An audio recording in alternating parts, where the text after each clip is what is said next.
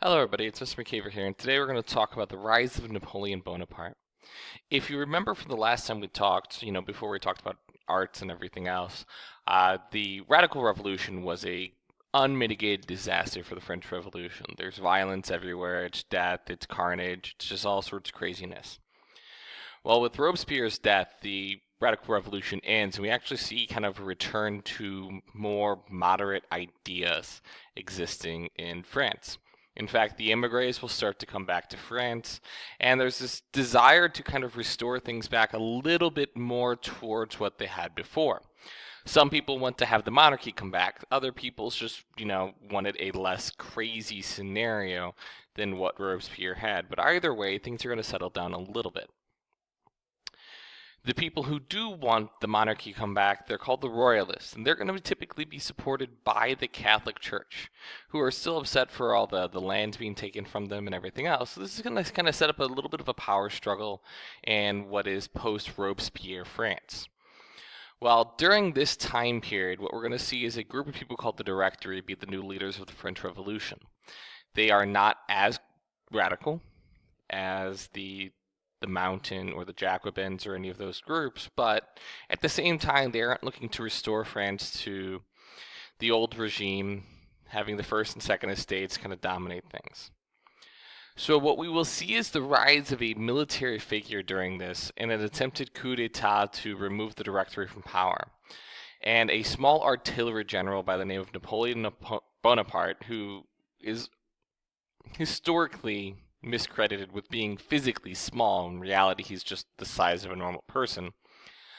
And he is going to save the Directory from this attempted coup.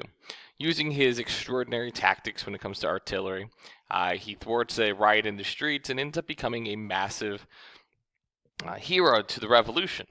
Because people are, ecstatic that the Directory is still around. They didn't want things to go back into the form of chaos that you had before. And they thought this coup d'etat might do that. So let's talk about Napoleon. Napoleon himself is not French. He's born in Corsica, which means he was born in one of the colonial territories of France at that time. His family is not rich, but they are not poor either. They're a middle class family during that time period. They have a little bit of money, but that money comes from the fact that the father, worked his entire life. It's not an inherited aristocracy or anything. He will go to school, and when he goes to school, he is extraordinarily talented at military tactics, particularly the use of artillery, which is a real new form of military in the last 100 years of European history. And most military generals were not really adept at learning how to use it. Artillery can be things like cannons and other large weaponry that can be used to stop a large group of people at a time. Originally, he is going to support the Jacobins in their quest to overthrow the revolution and the radical beliefs, but he is also smart enough to realize when the Jacobins fall apart that he needs to realign himself to the next sort of leadership. And he will do that. He will realign himself with the ideas of the Directory. And then there's also his wife. His wife, Josephine's a very interesting character. She's kind of, really lead him on for the next 20 some odd years of his life. It's kind of an unfortunate reality for Napoleon. He madly loves Josephine, but Josephine just doesn't really care all that much about Napoleon. And this is actually going to be a huge source of bad feelings for Napoleon throughout his entire life. Alright, so after Napoleon helps save the Directory from the coup d'etat, they're going to say, you know what, you need to have a bigger role in what's happening right now. So they'll grant him a commission in Italy, where there's some issues between the Austrians and the French. The Austrians are still significantly upset that Marie Antoinette is dead. Well, he is going to destroy the Austrians and their allies, the Sardinians, and France is going to reassert itself in Italy. Something that, for the most part, it's kind of foregone conclusion France was going to lose because of the revolution. So this is a huge thing. He is going to be a major power now. People are going to love him. And he's going to go back as a hero. And at this point in time, he travels to Egypt. And there's this stark revelation Napoleon has at this point in time. When he goes to Egypt, he stands at the foot of the pyramids at Giza, and he looks around, and he begins to just be upset. He will go to fight the British. He will win in Britain. He does everything well when it comes to military early on. But he has a problem. And the problem is really a personal issue of his own. One, while he can win a fight on land, he can never seem to win a fight at sea. France's military is fantastic. Its navy is great, but it's not as great as Britain. So he will conquer the entire land of Egypt. It's a great accomplishment, but the whole goal of why he went down there was to kind of take trading routes away from the British. Well, he can conquer land, but he can't close the trading routes because the British Navy is too strong. So there's this, and it's a realization. It takes a moment, but Napoleon starts to realize something. And as he's standing in Egypt, and he can beat anyone he wants on land, and he cannot seem to beat the British at sea, he has this massive moment of inadequacy. Because he looks around, and what does he see? He sees the great accomplishments of Alexander the Great. Alexander the Great was 32 by the time he had conquered the known world at this point. Napoleon is that age, and he's nothing. He's a general. He's a famous general. He's well loved. He's charismatic. People think he's great. But he is just that. He's a general under someone else's control. So this is a problem for Napoleon.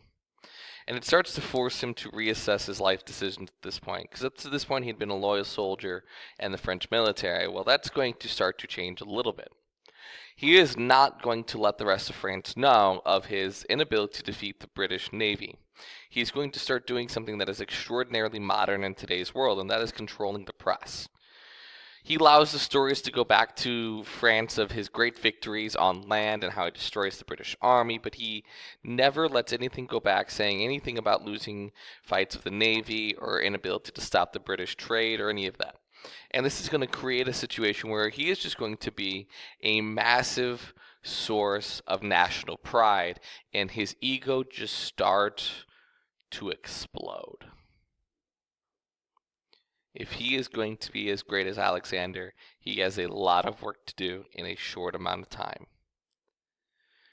So he goes home, telling great stories of victory and triumph and all these wonderful things that Napoleon had accomplished, leaving out any details of him not being able to control the trade route or anything. And with a group of collaborators decides to overthrow the Directory themselves. Well, this is kind of a complete 180 about face turn for Napoleon. He'd earlier, fought to stop a coup d'etat, and now he's starting one. And he, along with a couple other people, including his brother and a guy by the name of Hevesies, he is going to overthrow the Directory. And there's now a new 3-person Directory. One is Napoleon, another one is Abbé, and a third influential conspirator as well. And the 3 of them are going to be the new leaders of France. But Sieyès believed that he could control Napoleon himself. That was the reason why he liked him. He brought popular love to this overthrow. Napoleon was a nice face. But Sieyès thought he was going to be the leader. And, well, that's just not really how Napoleon works. No one is going to control Napoleon. He is the man manipulating the sea. So, Napoleon starts to control things. He turns the other 2 members of the Directory kind of into his, subordinates, his puppets, and he starts playing a game that is further going to grow his own power. He has a vote of the people called a plebiscite, and this plebiscite is going to enact a new constitution, one that allows for the voting and the creation of only one consul. And it's amazing what happens when you have that election of the 3 of them. And of course, the only person who's really going to be an option for this is clearly going to be Napoleon. Napoleon is going to end up winning this plebiscite. He is going to become the single consul of France. And after this, it just becomes a massive upswell of love for Napoleon. The people are going to become more in love with him because someone's going to attempt to try to kill Napoleon, kind of like in the whole role of Julius Caesar. It's like, oh no, they're going to stop the revolution. This is a disaster. We must kill Napoleon. And instead, the attempt fails, and the people are like, Napoleon's awesome. Look at him. Nobody can even kill him. He's better. We should just go ahead and make him emperor because he is a baller like that. And Napoleon's like, yes, do all the things. And they make him emperor. And in a great moment in history, and extraordinarily prophetic moment in history, Napoleon is going to be crowned emperor, and typically in French history, the person who crowns the emperor himself is going to be the Pope. The Pope will travel to France, travel to Versailles, and crown them. While in Napoleon's case, he doesn't allow the Pope to do that. The Pope goes to put the crown on Napoleon's head. He takes the crown from the Pope and puts it on his own head. Now, people are like, that's weird, dude. Who does that? But it's Napoleon. That's great. Whatever. No one really cares. But that's symbolic of a lot of things. He was not going to be subservient to anyone. A Pope, any ruler, anywhere, everyone is below Napoleon. And as Emperor, Napoleon's going to do extraordinary things. He, unlike 99% of people who run for an office, will actually follow through on the majority of the promises he makes. He tells the people he's going to make it more fair between the nobles and the average person, financial changes throughout it, and he does. He's going to make societal changes to fix the broken France after the Radical Revolution. He does. He's going to restore the Catholic Church, promise that he makes that the people love. He does. All of these things are great changes that he makes to France. Beginning one, creating a universal banking system that is extraordinarily important to the rebuilding of France and is actually an example of the modern banking system that we have today. Phenomenal. This is going to create a standard of how business is supposed to be done. You can't just randomly charge people whatever interest rate you want. There's a standard practice for this. He's going to create a meritocracy. Those who are best suited to be able to run the government should do it, not those who are born into it. The most talented will be the most influential. To create the most talented, he creates a system of schools called lycees. These schools are created to train public officials. He creates a new legal code that is uniform for all citizens, the Code Napoleon. It is actually the basis of the modern legal code in most European societies today. And then there's the church. The Radical Revolution had destroyed the Catholic Church. It sold all of its lands. It actually abolished the existence of the Catholic Church in France. Well, he brings it back with the Concordat of 1801, but he makes an extraordinarily simple change. The Catholic Church gets its stuff back. Vatican can control their popes and their cardinals, all those things. But there is no official Church of France. This is going to allow religious freedom, one, and two, again, make sure that everyone is aware that the state is more important than religion. There will be nothing that has a greater influence over the lives of people than the government in France itself.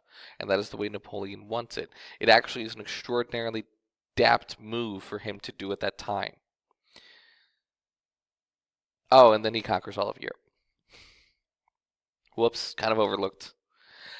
He has a series of various victories where he is going to defeat the Austrians, the Prussians, and the Russians. At Ulm, he knocks Joseph II out of the ballpark. Not even a game. Battle of Austerlitz, he defeats the mighty Russian army, much more people than France has. He defeats all. And at Jena, he does the same to the Prussians. The three great major European powers on the continent itself, all three wiped out 3 battles. Guess what? He wins. And he effectively gets the rest of Europe to declare that Napoleon controls all of it. And if you see on the map right here, anything that is not in that light yellow is now under Napoleon's control. That is Spain, France, Italy, Switzerland, Austria, Germany, chunks of Russia, Prussia, Poland. Up there you got Norway. It is huge, but there is one glaring omission. The island straight above France. His greatest rival has escaped him for now, but Napoleon's still the boss. And that leads us to what happens when Napoleon does start making mistakes. And that's a conversation for a different day. So you guys have a wonderful weekend, and I will see you next week.